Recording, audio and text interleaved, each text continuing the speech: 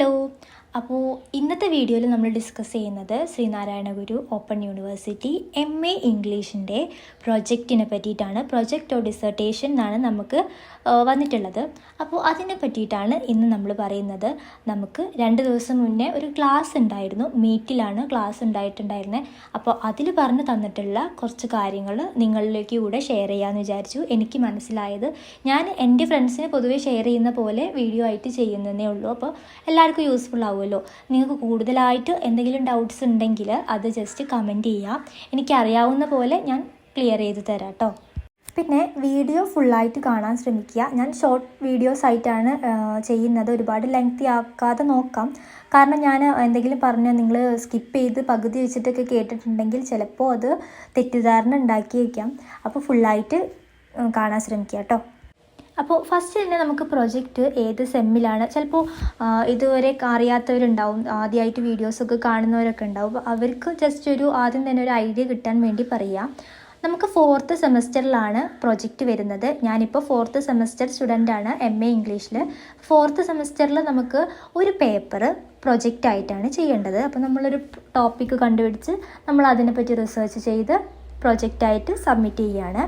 അപ്പോൾ ഇതിൻ്റെ ഒരു ഓവർവ്യൂ അല്ലെങ്കിൽ ജനറൽ ആയിട്ടുള്ളൊരു ഗൈഡ് ലൈൻസും എന്താ പറയുക, ജസ്റ്റ് ഒരു ഔട്ട്ലൈൻ പോലെ എന്താണ് പ്രൊജക്റ്റ് എന്നുള്ള കാര്യമാണ് ഇന്നത്തെ വീഡിയോയിലുള്ളത്. പിന്നെ നമ്മൾ കൂടുതലായിട്ട് ഫോർമാറ്റ്, അതുപോലെ നമ്മൾ പ്രൊജക്റ്റിൽ ഇൻക്ലൂഡ് ചെയ്യേണ്ട അതിൻ്റെ വീഡിയോസായിട്ട് നമ്മൾ അടുത്ത വീഡിയോസിൽ ചെയ്യാം. ഇതിലെല്ലാം കൂടെ പറഞ്ഞാൽ ചിലപ്പോൾ ലെങ്തി ആവും, നിങ്ങൾക്കും ബോറടിക്കും. അപ്പോൾ നമുക്ക് കൊച്ചു കൊച്ചു വീഡിയോസായിട്ട് ചെയ്യാം കേട്ടോ. അപ്പോൾ ഇന്ന് നമ്മൾ ഫസ്റ്റ് പ്രൊജക്റ്റിൻ്റെ ഒരു ജനറൽ കാര്യങ്ങൾ പറഞ്ഞുതരാം. നമ്മുടെ പ്രൊജക്റ്റ് വരുന്നത് 100 മാർക്കിനാണ്. 70 മാർക്ക് നമ്മുടെ പ്രൊജക്റ്റിനും 30 മാർക്ക് വൈവയ്ക്കും എന്നാണ് അവർ പറഞ്ഞിട്ടുള്ളത്, നമ്മുടെ ക്ലാസ്സിൽ പറഞ്ഞിട്ടുണ്ടായിരുന്നത്. പിന്നെ അന്ന് നമുക്കൊരു PDF വെച്ചിട്ടായിരുന്നു അവർ ക്ലാസ് എടുത്തിട്ടുണ്ടായിരുന്നത്. ആ PDF നമ്മുടെ ഗ്രൂപ്പിൽ അവർ ഷെയർ ചെയ്യാമെന്ന് പറഞ്ഞിട്ടുണ്ട്. നമ്മുടെ LSCയുടെ യൂണിവേഴ്സിറ്റി LSCക്ക് ഒരു ഗ്രൂപ്പ് ഉണ്ടല്ലോ, അതിൽ ഷെയർ ചെയ്യാമെന്നാണ് അവർ പറഞ്ഞിട്ടുള്ളത്. അത് വന്നിട്ടുണ്ടെങ്കിൽ നമുക്കതിൽ കൂടുതൽ ഇൻഫോർമേഷൻസ് ഉണ്ട്. എന്നുവെച്ചാൽ നമ്മൾ പാലിക്കേണ്ട കാര്യങ്ങൾ, അതുപോലെ നമ്മൾ ഗൈഡിനെ നമ്മുടെ പ്രൊജക്റ്റ് ഒരു ഗൈഡിൻ്റെ അണ്ടറിൽ മാത്രമേ നമുക്ക് ചെയ്യാൻ പറ്റുള്ളൂ. അപ്പോൾ ആ ഗൈഡിന് വേണ്ട ക്വാളിഫിക്കേഷൻസും ആരൊക്കെ നമുക്ക് ഗൈഡാക്കാം എന്നുള്ള കാര്യങ്ങളൊക്കെ അതിൽ ഷെയർ ചെയ്യാമെന്ന് അവർ പറഞ്ഞിട്ടുണ്ടായിരുന്നു. അവർ ഷെയർ ചെയ്തിട്ടുണ്ടോ എന്ന് എനിക്കറിയില്ല. ഞങ്ങളുടെ LSCയുടെ ഗ്രൂപ്പിൽ ഇതുവരെ വന്നിട്ടില്ല, വരുമായിരിക്കും, നമുക്ക് നോക്കാം. അപ്പോൾ മാർക്കിൻ്റെ കാര്യം ഏകദേശം ക്ലിയർ ആയിട്ടുണ്ടാവും. 100 മാർക്ക് ആണ് നമുക്ക് ടോട്ടലായിട്ട് വരുന്നത്. അതിൽ 70 മാർക്ക് നമ്മുടെ പ്രൊജക്റ്റിനും 30 മാർക്ക് വൈവയ്ക്കും. വൈവ എക്സാം ഉണ്ടാവും കേട്ടോ. വൈവ നമുക്ക് പ്രൊജക്റ്റ് സബ്മിറ്റ് ചെയ്ത് കഴിഞ്ഞാൽ ഡേറ്റ് പറയും, അന്ന് നമ്മുടെ വൈവ എക്സാം അറ്റൻഡ് ചെയ്യണം, എന്നാലേ അത് കംപ്ലീറ്റ് ആവുള്ളൂ. അപ്പോൾ ഇത്രയാണ് നമ്മുടെ മാർക്കിനെ ബേസ് ചെയ്തിട്ടുള്ളത് കേട്ടോ. ഇനി അടുത്തൊരു നമുക്ക് വരുന്നൊരു ഡൗട്ടാണ്, ഇത് ഹാൻഡ് റിട്ടൺ കോപ്പീസ് ആണോ അതോ ടൈപ്പ് ചെയ്ത് വെക്കണമെന്ന്. നമുക്ക് രണ്ടും പറ്റും. നമുക്ക് ഹാൻഡ് റിട്ടണും പറ്റും, നമ്മൾ ടൈപ്പ് ചെയ്ത് പ്രിൻ്റ് ഔട്ട് ചെയ്തെടുത്ത് വെക്കുന്നതും പറ്റും കേട്ടോ. അപ്പോൾ അതിൽ നമ്മൾ ഒന്നെങ്കിൽ ടൈപ്പ് ചെയ്യുന്നവരാണെങ്കിൽ അതിൽ അവർ പറഞ്ഞിട്ടുള്ള സോഫ്റ്റ്വെയർസാണ് MS വേർഡും ലാറ്റക്സ് എന്ന് പറഞ്ഞിട്ടുള്ളൊരു സോഫ്റ്റ്വെയറാണ് അവർ സജസ്റ്റ് ചെയ്തിട്ടുള്ളത്. ആ 2 സോഫ്റ്റ്വെയറിൽ നമുക്ക് ടൈപ്പ് ചെയ്യാൻ പറ്റുള്ളൂ. പിന്നെ അതിനൊരുപാട് റൂൾസ് ഉണ്ട്, അത് ഞാൻ വേറൊരു വീഡിയോ ആയിട്ട് ചെയ്യാം. പിന്നെ അവർ പറഞ്ഞിട്ടുള്ള കാര്യം, നമ്മുടെ പ്രൊജക്റ്റ് ക്ലിയർ ആവണം. കാരണം അതിൽ എറേഴ്സും കാര്യങ്ങളൊന്നും ഉണ്ടാവരുത്, സ്പേസും കാര്യങ്ങളൊക്കെ കറക്റ്റ് ആവണം. അപ്പോൾ എന്തുകൊണ്ടും ടൈപ്പ് ചെയ്യുന്നതാവും ഒന്നുകൂടെ ബെറ്റർ ആയിട്ടുള്ളത്. കാരണം നമ്മൾ എഴുതുന്ന സമയത്ത് നമുക്ക് ആ സ്ട്രക്ചറും കാര്യങ്ങളൊക്കെ മെയിൻറ്റെയിൻ ചെയ്തു പോകാൻ ഒന്നുകൂടെ ബുദ്ധിമുട്ടാവും. ഇതാകുമ്പോൾ ഒന്നുകൂടെ സിമ്പിളാവും. അപ്പോൾ ഇത്രയാണ് നമ്മൾ ശ്രദ്ധിക്കേണ്ട ജനറൽ ആയിട്ടുള്ള കാര്യം. ഇനി എത്ര പേജ് വേണം നമ്മുടെ പ്രൊജക്റ്റ് എന്നുണ്ട്. അതിപ്പോൾ നമ്മൾ ടൈപ്പ് ചെയ്ത് വെക്കുന്നവരാണെങ്കിൽ 40 പേജാണ് മാക്സിമം പറഞ്ഞിട്ടുള്ളത്. പിന്നെ നമ്മൾ എഴുതി വെക്കുന്നത്, ഇപ്പോൾ ഹാൻഡ് റിട്ടൺ ആയിട്ട് വെക്കുന്നവർക്ക് 50 പേജും. അതിപ്പോൾ ഈ 40 പേജ് കറക്റ്റ് നിർത്തിക്കൊള്ളണം എന്നല്ല, നമ്മളിപ്പോൾ ജസ്റ്റ് എഴുതി വരുന്ന ടൈപ്പ് ചെയ്യുന്ന സമയത്ത് 1-2 പേജ് അങ്ങോട്ടോ ഇങ്ങോട്ടോ ഒക്കെ വരും. അത് കുഴപ്പമില്ല. 40 ഒരു പേജ് ലിമിറ്റ് അവർ പറഞ്ഞിട്ടുള്ളത്. അപ്പോൾ അത് മെയിൻറ്റെയിൻ ചെയ്തു പോകും. നമുക്ക് ചാപ്റ്റേഴ്സൊക്കെ കറക്റ്റായിട്ട് ഡിവൈഡ് ചെയ്ത് പോയിട്ടുണ്ടെങ്കിൽ ആ പേജ് നമുക്ക് കറക്റ്റായിട്ട് വെക്കാൻ പറ്റും കേട്ടോ. എഴുതി വെക്കുന്നവരാണെങ്കിൽ 50 പേജും ടൈപ്പ് ചെയ്ത് വെക്കുന്നവരാണെങ്കിൽ 40 പേജും ആണ് പറഞ്ഞിട്ടുള്ളത്. അപ്പോൾ അത് നോട്ട് ചെയ്ത് വെക്കുക കേട്ടോ. ഇനി അടുത്തതായിട്ട് നമുക്ക് വരുന്നൊരു ഡൗട്ടാണ് എത്ര ചാപ്റ്റേഴ്സ് വേണമെന്ന്. ഇപ്പോൾ ഡിഗ്രിക്കൊക്കെ ചെയ്തവരാണെങ്കിൽ അവർക്ക് അറിയുന്നുണ്ടാവും നമ്മൾ ചാപ്റ്റർ വൈസ് ആയിട്ട് ഡിവൈഡ് ചെയ്തിട്ടാണ് പ്രൊജക്റ്റ് ചെയ്യുക. അപ്പോൾ നമ്മുടെ പ്രൊജക്റ്റിനൊരു ഇൻട്രൊഡക്ഷൻ, കൺക്ലൂഷൻ, റെഫറൻസസ്, പിന്നെ ചാപ്റ്റേഴ്സ് ഇങ്ങനെയാണ് ഉണ്ടാവുക. നമുക്ക് ഇവിടെ 5 ചാപ്റ്റർ ആയിട്ടാണ് വേണ്ടത്. അതിൽ ഫസ്റ്റ് ചാപ്റ്റർ നമ്മുടെ ഇൻട്രൊഡക്ഷൻ തന്നെയാണ്. പിന്നെ second chapter, third chapter, fourth chapter, fifth chapter conclusion. അപ്പോൾ നമുക്കൊരു ടോപ്പിക് എടുത്തിട്ടുണ്ടെങ്കിൽ നമ്മൾ എന്ത് ചെയ്യുക, ആദ്യം ഇതേപോലെ ഡിവൈഡ് ചെയ്ത് പേജൊക്കെ കറക്റ്റ് ചെയ്ത് വെച്ചിട്ട് തുടങ്ങുക. അപ്പോൾ നമുക്കൊന്നുകൂടെ സിമ്പിളാവും കേട്ടോ. നമ്മുടെ പ്ലാനിങ് ഒക്കെ പറയില്ലേ, നമ്മുടെ ഫൗണ്ടേഷൻ സ്കില്ലൊക്കെ നമ്മൾ പഠിച്ചിട്ടുണ്ട് പ്ലാനിങ്. അപ്പോൾ അതുപോലെയൊക്കെ കറക്റ്റായിട്ട് ഫോളോ ചെയ്ത് പോയിട്ടുണ്ടെങ്കിൽ ഒന്നുകൂടെ സിമ്പിളാവും.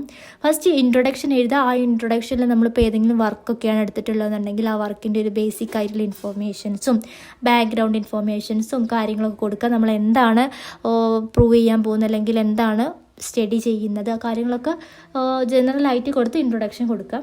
ഒരു 5 പേജോ നിങ്ങൾ ഡിവൈഡ് ചെയ്യുക കേട്ടോ. അപ്പോൾ നമ്മുടെ പേജ് ലിമിറ്റ് മനസ്സിലാക്കി ഡിവൈഡ് ചെയ്ത് പോവാം. പിന്നെ സെക്കൻഡ് ചാപ്റ്റർ നമ്മളിപ്പോൾ ഏതെങ്കിലും ഒരു എക്സാമ്പിളാണ് കേട്ടോ. എക്സാമ്പിൾ പറയുകയാണെന്നുണ്ടെങ്കിൽ ഏതെങ്കിലും തിയറി എടുത്തിട്ടുണ്ടെങ്കിൽ ആ തിയറി തന്നെ നമുക്ക് ഫസ്റ്റ് ചാപ്റ്ററായിട്ട് കൊടുക്കാം.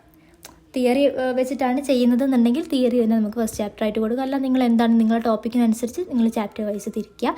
പിന്നെ ഫിഫ്ത്ത് ചാപ്റ്റർ കൺക്ലൂഷനാണ്. പിന്നെ ഈ സെക്കൻഡ്, തേർഡ് ആൻഡ് ഫോർത്ത് ആണ് നമ്മുടെ കോർ ചാപ്റ്റേഴ്സ് ആയിട്ട് വരുന്നത്. ദെൻ റെഫറൻസസ് നമ്മൾ മസ്റ്റായിട്ട് ഇൻക്ലൂഡ് ചെയ്യണം. കാരണം നമ്മൾ എവിടെ നിന്നാണ് ഇൻഫോർമേഷൻസ് കളക്ട് ചെയ്തിട്ടുള്ളതെന്ന് കറക്റ്റായിട്ട് കൊടുത്തിട്ടില്ലെങ്കിൽ നമ്മളെ വർക്ക് പ്ലേജിയറീസ് ആയിട്ട് കൊടുക്കും. നമ്മളെ വർക്ക് ഫൗണ്ടേഷൻ സ്കില്ലിൽ കറക്റ്റായിട്ട് ആ കാര്യം പറഞ്ഞിട്ടുണ്ട്. നമ്മൾ വർക്ക് എന്ത് ചെയ്യും, അവർ എടുക്കത്തില്ല, അത് റിജക്റ്റായി പോവും. പിന്നെ കറക്റ്റ് റെഫർ ചെയ്യണം എന്ന് പറയുന്നത് അതുകൊണ്ടാണ്. നമ്മൾ സൈറ്റൊക്കെ കറക്റ്റായിട്ട് നമ്മൾ എവിടെ നിന്നാണ് എടുത്തതെന്നുള്ളതിൻ്റെ സോഴ്സസൊക്കെ MLA ഫോമാറ്റിൽ കൊടുക്കണം.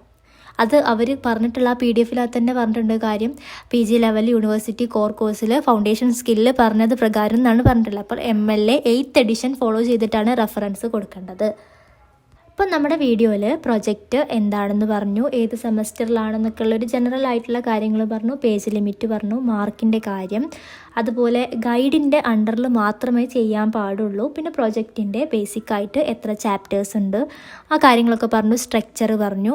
ഇനി നമുക്ക് ഇതിൻ്റെ ഡീറ്റെയിൽഡ് ആയിട്ടുള്ളതുണ്ട്. കാരണം ഈ സ്ട്രക്ചറിൻ്റെ മുന്നേ വെക്കേണ്ട പേജും കാര്യങ്ങളൊക്കെ ഉണ്ട്. അതൊക്കെ നമുക്ക് നമ്മൾ അസൈൻമെൻറ്റിൽ ചെയ്യുന്ന പോലെ നമുക്ക് അവർ PDF ആയിട്ട് അയച്ചു തരുമെന്നാണ് പറഞ്ഞിട്ടുള്ളത്. അത് നമ്മൾ പ്രിൻ്റ് എടുത്ത് നമ്മുടെ ഗൈഡിൻ്റെ സൈനും ഗൈഡിൻ്റെ ബയോഡാറ്റ കാര്യങ്ങൾ അങ്ങനെയൊക്കെ വെക്കാനുണ്ട്. അതൊക്കെ നിങ്ങൾക്ക് വഴിയെ സ്റ്റെപ്പ് ബൈ സ്റ്റെപ്പായിട്ട് നിങ്ങൾക്ക് ഇൻഫർമേഷൻസ് കിട്ടും കേട്ടോ. യൂണിവേഴ്സിറ്റിയിൽ നിന്നോ അല്ലെങ്കിൽ നമ്മുടെ ഗൈഡ് തന്നെ പറഞ്ഞു തരും.